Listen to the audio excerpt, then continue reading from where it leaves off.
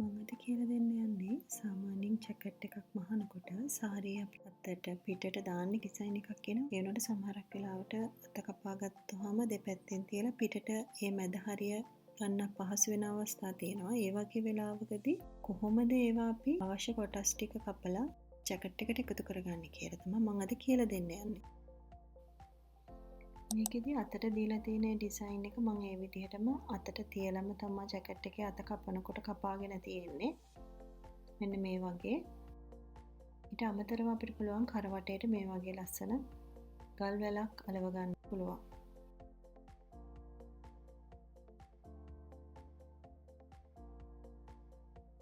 මේ පිට කොටසට ආපු ඩිසයින් එක තමයි මේ තියෙන්නේ.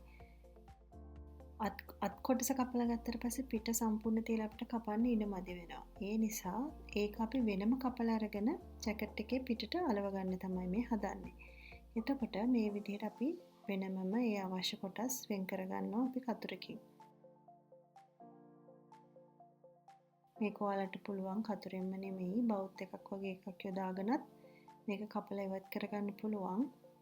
කතුරෙන් කපලා ඉවත් කරගත්තාම වටේ යන නූල් අයින් කරගන්න අපිට ඉටිපන්දමක් පාවිච්චි කරලා වටේ නූල් ටික පුච්ච ගන්න පුළුවන්.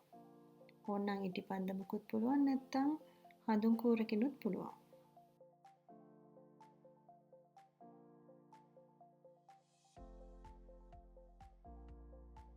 මම නම් ගොඩක් දුරට පහසු නිසා මම මේ ක්‍රමය තමයි භාවිතා කරන්නේ. ඔයාලට පහසු ඔයාලා දැනට කරන ක්‍රමවේදයක් තියෙනවා නම් ඒ විදිහට කරගෙන යන්න පුළුවන්.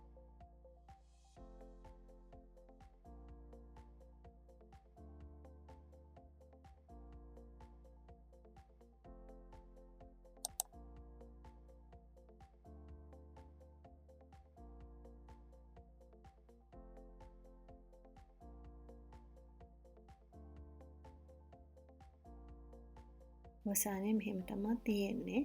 වටේම එතකොට නූල් යන්නේ නැහැ. පස්සේ අපි දැන් හදන්නේ කරවටේට පිටට මේ ටික එකතු කරගන්න.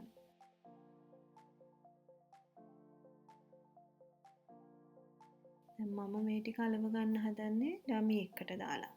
ඒ වුණාට ඩමි එකක් නැති කෙනෙකුට පුළුවන් මේ විදිහට රෙජිෆෝම් එකකට පොලිතින් එකක් තියලා ඊට උඩින් ජැකට් එක මේ විදිහට ඇල්පිනිටි ගහලා අපිට අවශ්‍ය කරන ඒ ඩිසයින් එක වෙනම ගත් එක අලව ගන්න.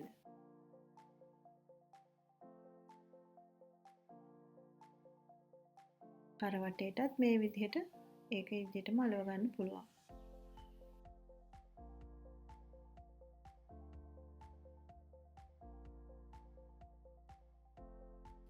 මම පාවිච්චි කරන්නේ මේ ගම් එක. මේ ගම් එක පොඩ්ඩක් වේලෙන්න වෙලාව යනවා. හැබැයි අපි අලවන එක හොඳට ගැලවෙන්නේ නැති වෙන්න තියෙනවා.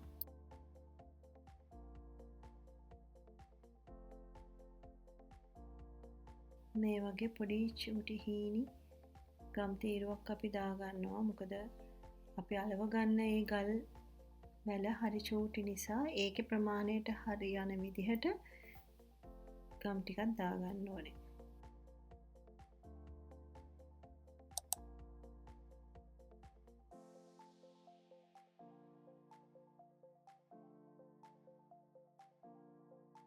ඒකලා පරිස්සමට ගම් එළියට යන්නේ නැති වෙන්න මේ මම පෙන්නන විදිහට හිමීට ඉවසීමෙන් අලව ගන්න.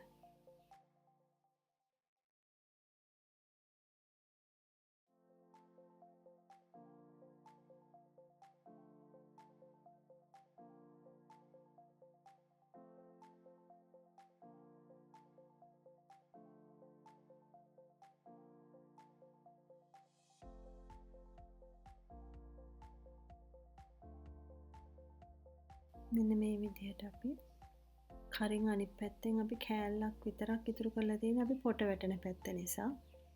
එතකොට පිටිපස්සටත් අපිට මේ විදිහටම ගම් දාලා අලව ගන්න පුළුවන්.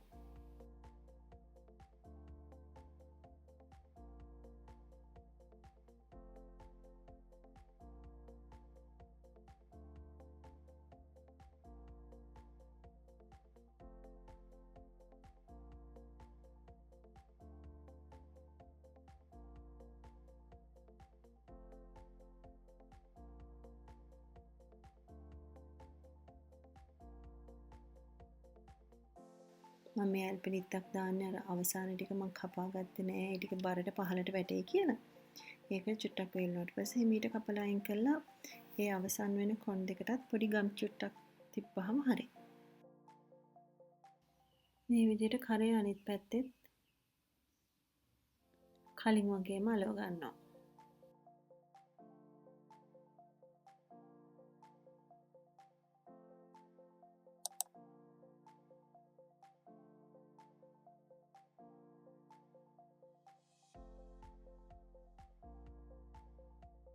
ඊට පස්සේ පිටේ යට කොටසට අපි කලින් වෙන් කරගත්ත ඒ රේන්ද කොටස ආපහු මේ විදිහට හොඳට ගම් දාලා අලව ගන්නවා.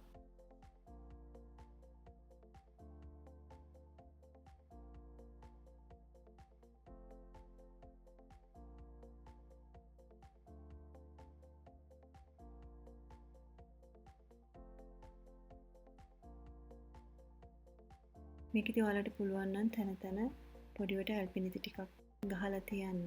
බර වැඩි නිසා ගල් පබුළු තියෙන නිසා පල්ලෙහාට ඇදිලා එන්න පුළුවන් ගම් වලට. අනිත් පැත්තත් අපි මේ විදිහටම අලව ගන්නවා.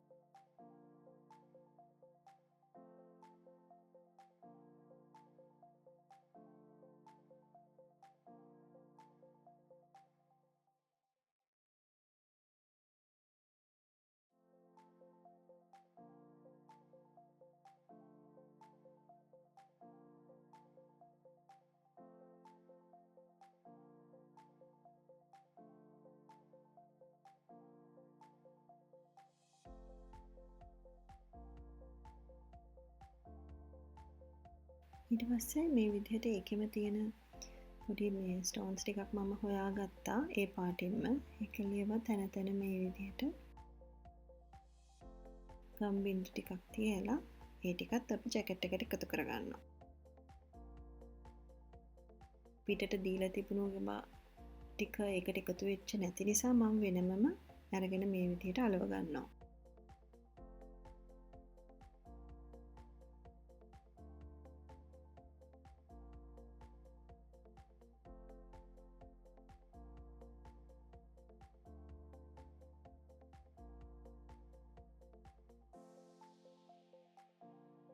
මම මේ පොඩි පැන්සලකට ගම් චුට්ටක් තුඩේ තියලා තමයි මේ පොඩි ගල එකතු කරගත්තේ.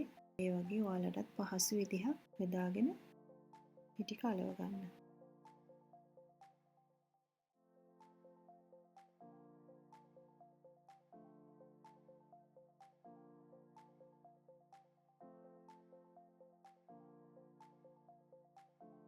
ඉස්සරහට වගේම අපි පිටිපස්සටත් මේ විදිහටම අලව ගන්නවා.